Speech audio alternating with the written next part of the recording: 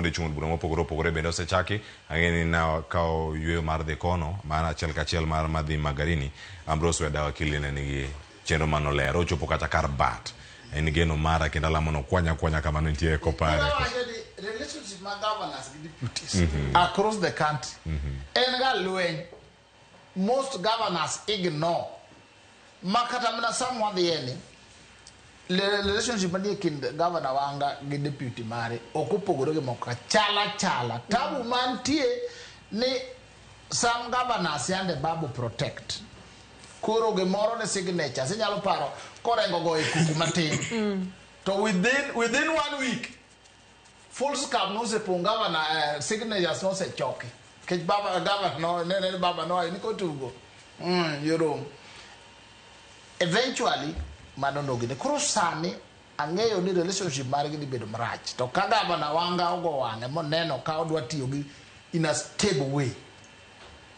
to bro dwaro ni gi wuoth gi kwe o embrace deputy mare nona poro gi na bedo marach to sani ngato ngamo protect wadgi onge to nenore ni deputy governor bende nigi joge mamage mo control ta anda kwayo gi ni kata negi campaign different sites to Homa Bay County kobiri wach ma services legislation doing the work for the Homa Bay people to mano area manyaka ge united Homa Bay County hapa ne pinyu lwene ma hapo zibedo marach kabisa iga par ka akuba kubo telo ka iga par onge ngi tika matia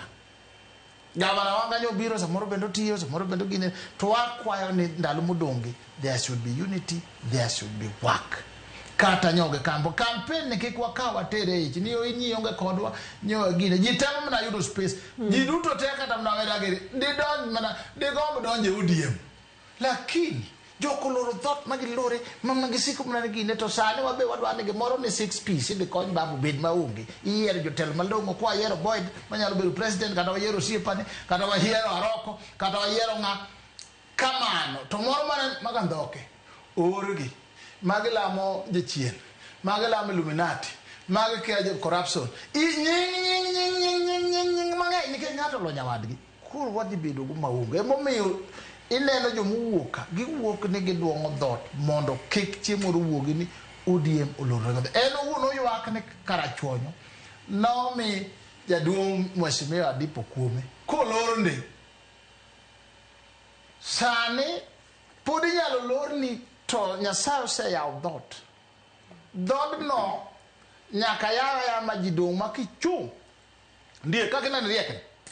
kichung' to karachuonyo ng'im na kino gine kode no nyom kia uro miye kia kode no chal ka gimo kao karuto kia pesa in kidhi gole pesa ipogo ji monu nyodhe ko matento ni ko ni majo Illuminati mao kwal ingi in a way mikone oromo lwake uru kwa tu iye jo kichopo kake yero cabinet ticha kingiti kono romo cabinet to mau makasi pulunge kata assistant minister jo tegno manel violence kaki chopo Nairobi ka giongi anya winyo mna were ni kakoro toko kakono moro kara yande ntie ni were kara ombera to